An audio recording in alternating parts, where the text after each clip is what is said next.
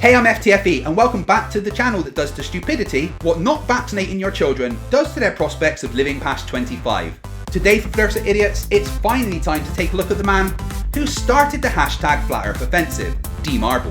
A flat earther who travels the land in his van/house, spreading the word about flatness. Fucking idiot. He doesn't understand physics and he thinks everyone is lying to you and well, that's about it really. Same as all the other Flerfs. He's just really stupid, basically. Hold on to your hats and prepare your facepalm protection. It's episode 30 of Flerfs Are Idiots, D-Marble, and he wants to give us a quiz. We're living on a disk, floating through space, with a tiny sun.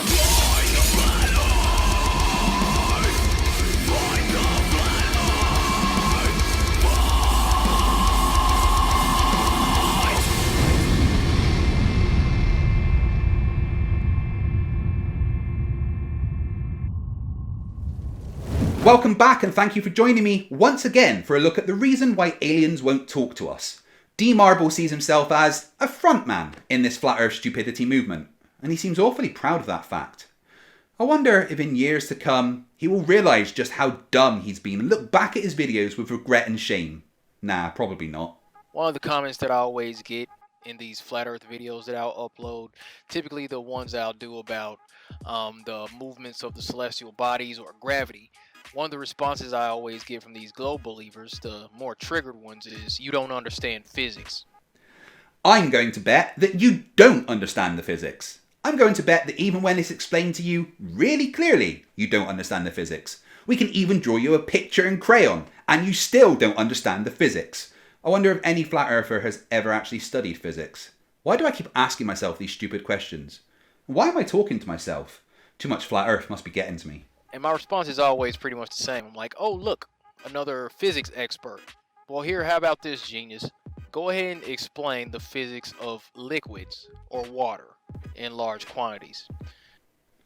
Okay, so liquids go to the point where they have the lowest potential energy. And the reason it does that is because of a force acting on it. Have you any idea what that force is? Desert file?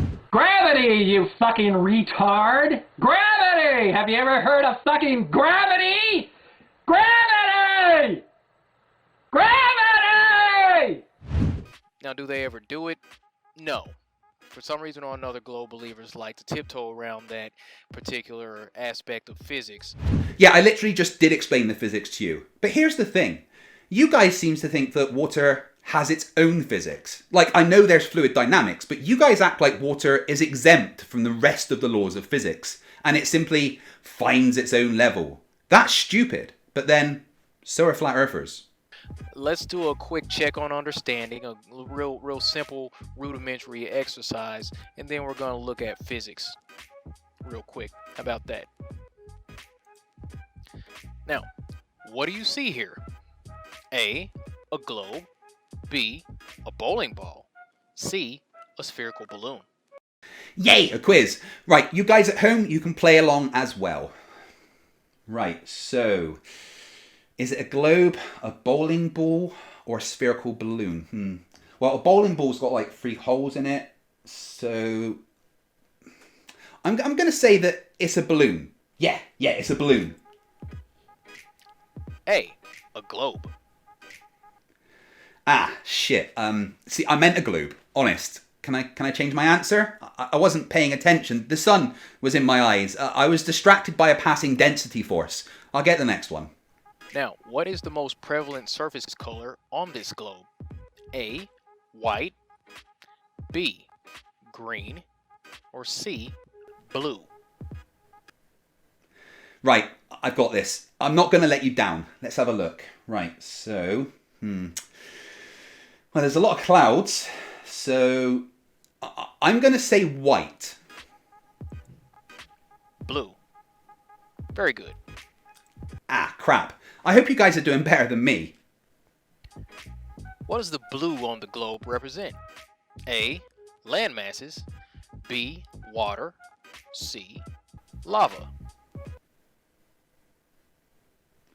Okay, you've been tricking me here, I know. I'm going to try a tactic used by a Flerf in this debate. The answer is level. B, water. You would be correct if you guessed B.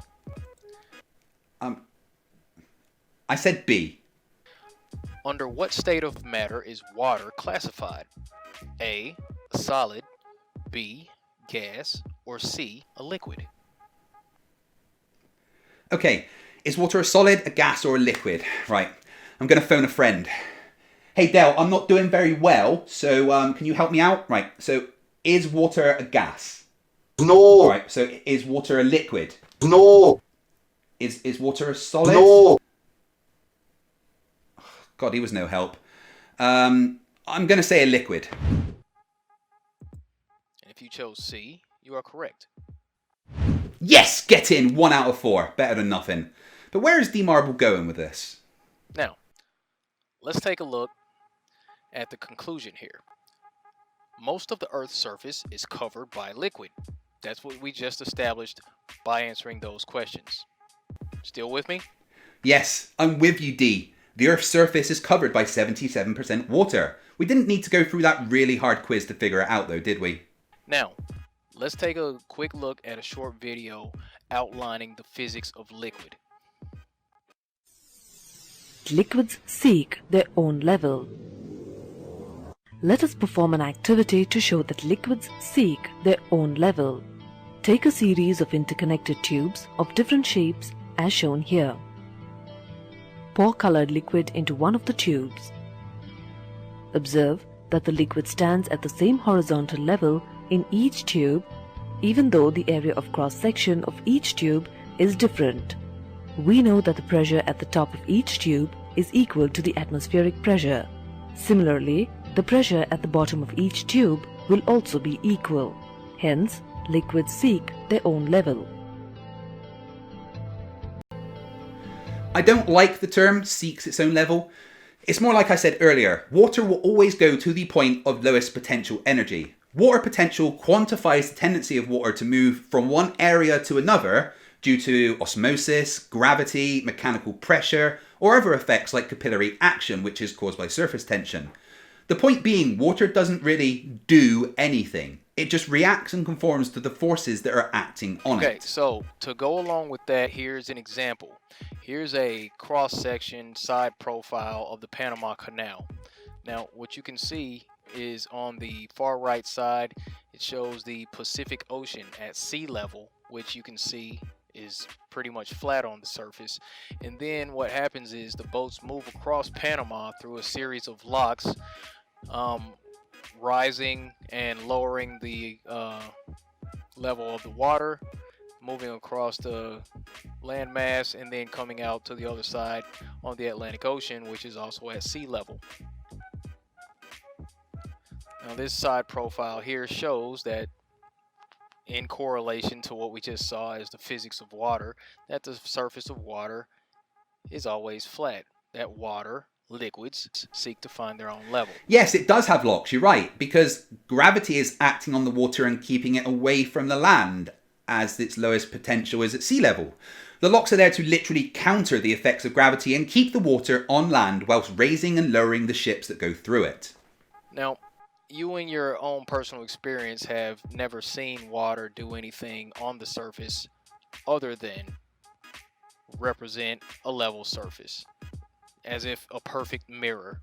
Now, if the surface of water were bulging, such an effect wouldn't be possible. This whole mirror thing that we have going on right here, that's not possible if the surface is curving.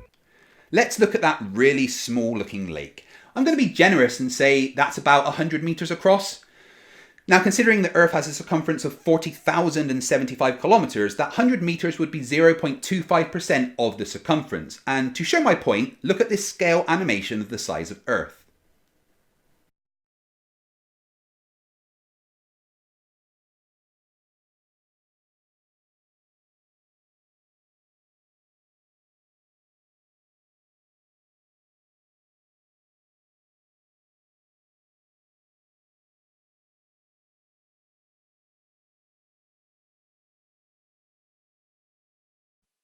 But then this is where people would make excuses saying that this particular body of water is too small and that there's not enough space to see the curvature.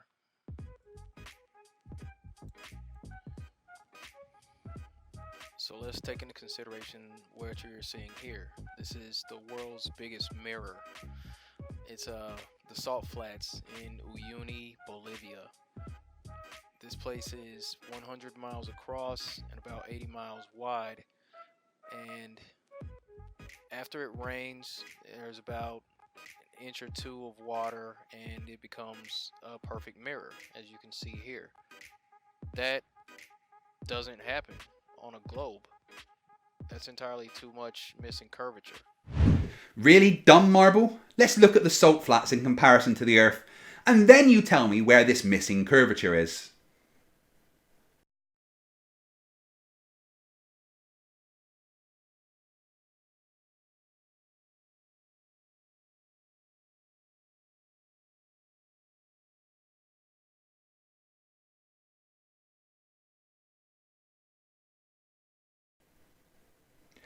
Even for a flat earther, you're thick. Let's take a look at another one of his masterpieces.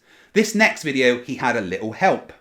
Hey, what's going on, guys? This is M. Benz, back with a different kind of video. It's M. Benz! Wacky waving inflatable arm flailing tube man. Wacky waving inflatable arm flailing tube man. Wacky waving inflatable arm flailing tube man. Ha! Now, I told you guys in my last video that I was working on something a little special for you, and here it is. So as you probably read in the title below, this is the best questions that we flat earthers, I can't speak for all flat earthers, but I did get a little bit of help on this video. This is the best questions for people who believe in this thing right here. I can hardly wait. I'm sure all the questions you guys have are really intelligent and haven't been answered 1,000 times already. It's common sense questions like, why hasn't curvature ever been photographed? Or why is all of NASA's photos of our Earth been doctored or photoshopped? So just some questions like that. Oh, the curvature's never been photographed. Sorry about that. So you said that there's no curvature that's ever been... What the... Oh, for God's sake. So, right, so you're saying there's never been a picture of curvature, huh?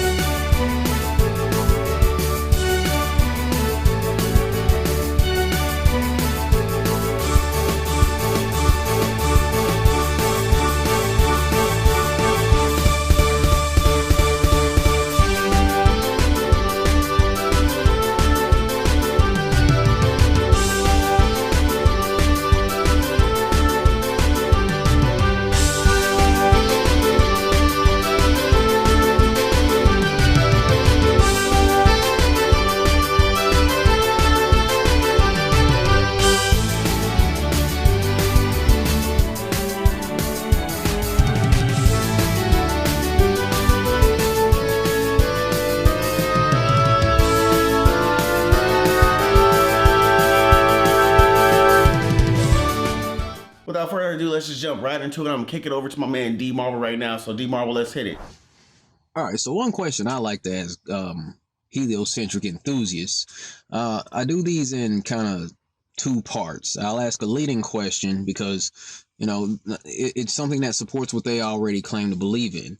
So I'll, for example, say, do you believe that we went to the moon? Their answer will be yes. Now, although NASA has admitted on multiple occasions that they can't go beyond low Earth orbit. Right now, we only can fly in Earth orbit. That's the farthest that we can go. Yeah, you moron. That's because we don't have spacecraft capable of doing it. Last time we went past low Earth orbit was 50 years ago. And I don't know about you, but I don't want to go into space in a 50-year-old rocket. The thing is, we had no reason to go past low Earth orbit for a long time, so we didn't build any craft that could do it. There was no point going back to the moon in recent times because we already know what moon rocks and dust look like. But now, we have developed the technology to not only go back to the moon, but stay there. Today our calling to explore is even greater. To go farther, we must be able to sustain missions of greater distance and duration. We must use the resources we find at our destinations. We must overcome radiation, isolation, gravity, and extreme environments like never before. These are the challenges we face to push the bounds of humanity. We're going to the moon to stay by 2024. We only see that one side of the moon, right? Yeah. No, kind of. I mean, you kind of have to agree with that because according to the heliocentric model, we only see that one side of the moon because of tidal locking. Tidal locking is why they tell us we only see that one side of the moon. Yep, that's right, dumb marble, tidal locking, otherwise known as gravitational locking, and it's the result of torque applied to bulges created in the moon by Earth's gravity. We see tidal locking in about half of our solar system's moons. With our moon, it has caused the orbital period of the moon around the Earth to match the rotation of the moon around its own axis. So what exactly is your issue with it? So, okay, we went to the moon, so we have the capability to do so in their mind, okay? We also only see that one side of the moon. I'll point that one out and we'll clear that up. And then the next thing is, well, why do you think we don't have a camera pointing back at the Earth showing us a 24-hour live feed of the Earth spinning? Don't you think that would be something that people would like to see? I mean, if we're able to do things like have satellites and be able to remotely control them from millions of miles away. Because NASA don't give two shits about proving things to you. But the thing is, there have been 24-hour streams of Earth. And there still is. There was EchoStar 11, but even now you can get a live feed of Earth from space from the Himawari satellite, which if you click on the link up there, you can go to Where's Wally's channel, where he proves the Himawari is real. These stupid questions get asked all the time. We can answer them 1 billion times, but then the Flerfs will still say something dumb like, why are there no pictures from space? But that's because flat earthers are all fucking idiots. Question I'd like to ask heliocentric enthusiasts. Or instead of calling us heliocentric enthusiasts, you could call us normal people. You know, another leading question will be, well, okay, so you believe that the Earth is spinning, yes? Yes. Bob? These 21st century navigation systems, they're using what's called a ring laser gyroscope. It is extremely precise. If we could simply get one of these ring laser gyroscopes, we would be able to prove once and for all that there is no rotation to the Earth. One of the people in the community actually purchased one for $20,000.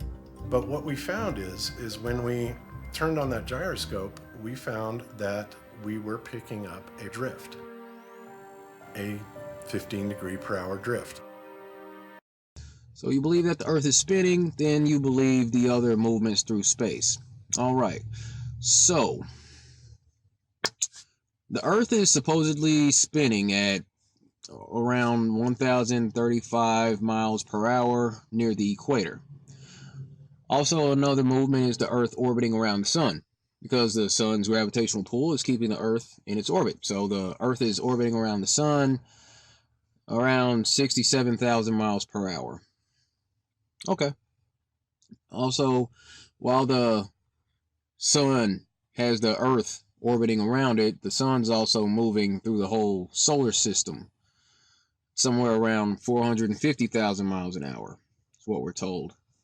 Another movement is that the whole Milky Way galaxy is also moving through space, somewhere around 515,000 miles per hour. So we have all these motions, all of this movement between the Earth, between the sun, between the galaxy, between the solar system. So my question to them would be, how is it that all this movement is taking place out in space? How do we see the same stars every night? Oh, you absolute moron. Really? Alright, just go to the remedial classroom, please.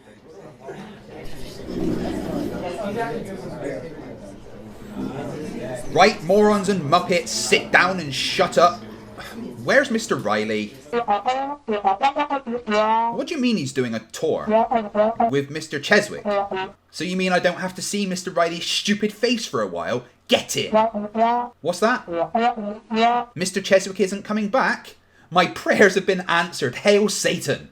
Right, let's look at this stupid question from Mr. Marble. Oh, Mr. Marble, please stop parking your van in the disabled spot. Being a fucking idiot isn't a disability. So Mr. Marble asks why we always see the same stars. It's quite an easy answer, but then you're all morons, so what did I expect? This is our galaxy, and this is the stars that we can see at night with our naked eyes. As you can see, it's a tiny portion of the galaxy, and the reason we see the stars is because we are moving around the centre of the galaxy with those stars. Got it? Good. Now your homework is to learn to tie your own shoelaces. Oh, shut up, you're all adults. You can't wear Velcro straps forever. Getting on to my question is going to be, first of all, clouds. Now, if you believe in gravity and you believe in the current science and what they say about gravity, that it pulls everything to the center of the mass, that's why water sticks to the earth. That's why water doesn't go flying off because the earth's spinning 1,000 miles per hour at the equator.